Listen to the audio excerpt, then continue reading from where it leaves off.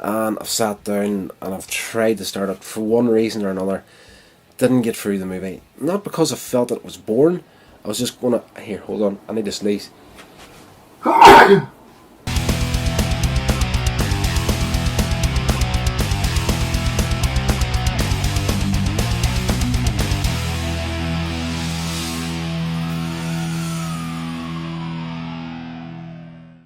This was the very first time I watched it 100% from beginning to end. I know, shocker. But, I've came across it a few times on TV over the years, and I've sat down and I've tried to start it for one reason or another. Didn't get through the movie. Not because I felt it was boring. I was just gonna... Here, hold on. I need to sneeze. Oh, dear Lord. Right. Let's get back to it. Outtake. Yes, for one reason or another, I didn't get through the movie. I was... Gosh, this is an old movie. I was just starting into high school when this film came out in the cinema. So yes, directed by Tim Burton, of course, who also made Beetlejuice and Batman, two of my favourite films. Like, they're definitely in probably the top 20 or 30. Batman and Beetlejuice, so why I didn't actually ever take time to watch this movie, that's beyond me. But it is about a character called Edward who has hands for scissors, and it is... There's a lot of interest in this movie for me. The character of Johnny Depp's character, who is who plays it brilliantly, by the way, complete social outcast, who has been invented by who another legend in this movie, Vincent Price, who again, I don't think I've actually ever realised Vincent Price was part of this movie, and one of his last roles. We see this relationship between Vincent Price and Edward via flashback during the film of him being created, but as the inventor dies before he gets a chance to finish him and add the hands. That scene alone is beautiful when you actually get to see it happening. Diane West's character at the beginning of the movie is an Avon lady trying to sell to the local neighbours, the wives, and having no luck, she decides to go to this creepy mansion that's at the end of the street in this huge massive hill. The visual effects in this movie are stunning, by the way. Just the difference between the creepy mansion and the neighbourhood she lives in, complete parallels of each other. So gothic and dark where Johnny Depp's character Edward is living at the beginning of it. Peggy and her family and the community is like the idealised version of an American neighbourhood. And I found that incredibly interesting too, because if you see in the daily routine of people getting up, doing their thing, everything's perfect, nothing's out of place. The husbands get up in the morning, get their breakfast, get into the car, all leave together at the same time, come back together at the same time every evening. The whole routine of life I found that really, really interesting, because it kind of pokes a little bit of fun at the everyday routine that, kind of the machine of life we're all trapped in. And yes, loved that. Basically Peggy, feeling sorry for Edward, brings him home to try and help him. At the beginning she's terrified and realises that he's more scared of her than she is of him, so she brings him home. Eventually he gets, the neighbours are all kind of weirded out by him at the start, but he's got this talent for creating sculptures out of hedges and bushes, and like he trims them into the shapes of animals and stuff like that there, and it eventually extends from that to actually trimming pet fur, and cutting people's hair. You name it, he's good at it. He's eventually welcomed in by most of the neighbourhood. But things begin to take a turn for the worst when Winona Ryder's character turns up and her boyfriend detests Johnny.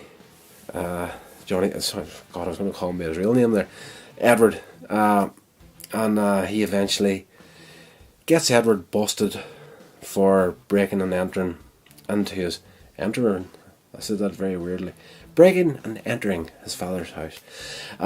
So he gets arrested for that, and that kind of starts to turn the neighbours' opinion on Edward. Can he be trusted, sort of thing? Is he the good guy that he's letting on to be, or is he some sort of a psychopath? But things begin to, and we see it the whole way through the movie. Edward having trouble doing the simplest little things because he hasn't got hands. He's got, these crazy scissors for hands. So that plays on the people actually getting hurt from time to time during the movie because of that. But it's not that he's doing it out of any, nastiness or anything. It's just like he can't, express his feelings in the way a normal person can because he hasn't got hands. He can't, later on in the movie, when Winona Ryder's character actually, starts to fall in love with him, there's a part where she asks Edward to hold her, and he's like, I can't. And she hugs into his chest, and he puts the arms around her, I guess, but he's got the scissors, I guess, here, and it's played so well. Not spoken, but through Johnny's face and through flashback with the inventor. Beautifully done when the inventor actually presents Johnny with a real set of hands. And you can see the flashback is playing side by side with this scene where you can see that Edward wants to do nothing more than to bring the hand over the shoulder and stroke Winona Ryder's cheek. And in the flashback we see the inventor's expression changing when he kind of just drops dead on his feet at this point, and he's holding the hands up towards Johnny. Johnny Depp. Gosh, Edward. Just called him by his real name there instead of his character.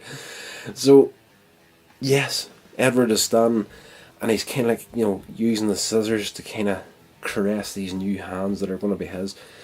And when the inventor drops dead, basically, the scissors break up the hands, and they're gone. They're in pieces on the floor. The inventor is dead at his feet, and in that flashback scene, Johnny goes over, and it's really weird the way that it happens. He puts one of his scissor fingers down and just cuts the inventor's face, and you think and I could see. It's so strange because it's a very, very gentle moment where basically a son is trying to show love for his father, and but in the flashback at this point, he's emotionless a lot of the time, and especially way back at the beginning, and yes, it seems a very cold thing to do, but at the same time there's so much warmth in it. But it's the fact again that he can't connect the way anyone else can, and if that was a real hand, a person with a real hand stroking the cheek of someone they loved, essentially, would be the tenderest thing ever. But in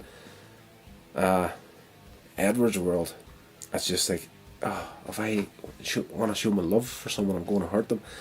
So, this review's going to go on for ages. Speeding it up a little bit by the end of the movie, because of this fact that he can't connect and touch people, show his affections, people begin to get hurt, and it ends off with the neighbours turning on him, chasing him back to the mansion. There's a showdown between Winona Ryder's ex-boyfriend and Edward, leading up to the end of the movie, where Edward actually ends up killing her ex-boyfriend, and Winona Ryder manages to save Edward at the end of the film from the mob, telling them that he also died. The two of them actually killed other in a fight. She says that the roof of the mansion caved in on top of Edward killing them, and she actually found a spare scissor hand in the house, so she is able to actually go out, tell the crowd this, hold the hand in the air, and they all leave. The whole film is told in flashback. Probably should have opened with that, of an older version of Winona Ryder's character taking her granddaughter in the bed and telling her a story about where snow comes from, and she's like, it never snowed before Edward came down from the mansion, and because it still snows now, he has to still be alive in the mansion. And it's a beautiful ending to the movie as well, where the granddaughter is like, it's not too late to go and see if he's still alive in the mansion, and she's like, I would rather he remembers me the way that I was. And we flash back to an earlier scene in the movie. The older version of Winona Ryder's character is telling the granddaughter, from time to time you can still find me dancing in the snow. And there's a scene earlier on where Edward was trimming this giant angel out of a giant block of ice, and all the ice was shooting up in the sky and coming down like snow, and Winona Ryder was like dancing around on it. So it's a beautiful little finish to the movie, where we end up going back to the mansion. We see Edward Scissorhands is still there, hasn't aged a day, even though Winona Ryder's character is an old woman at the end of the movie. He still looks the same as we see him throughout the movie, because he's not a real person. He's been invented by this inventor. He's kind of trapped in time, more or less, sort of thing. So it seems that he's like immortal, but yes, he's still trimming up his bushes. And at the end of the movie, when the credits start to roll, we see him in the attic with blocks of ice, surrounded by blocks of ice, and he's trimmed animals and all sorts of things out of them, and the ice is breaking up like it was earlier on, with scissors shooting into the sky, and it's snowing down in the city, or the neighbourhood below the mountain, or below the hill where he lives at.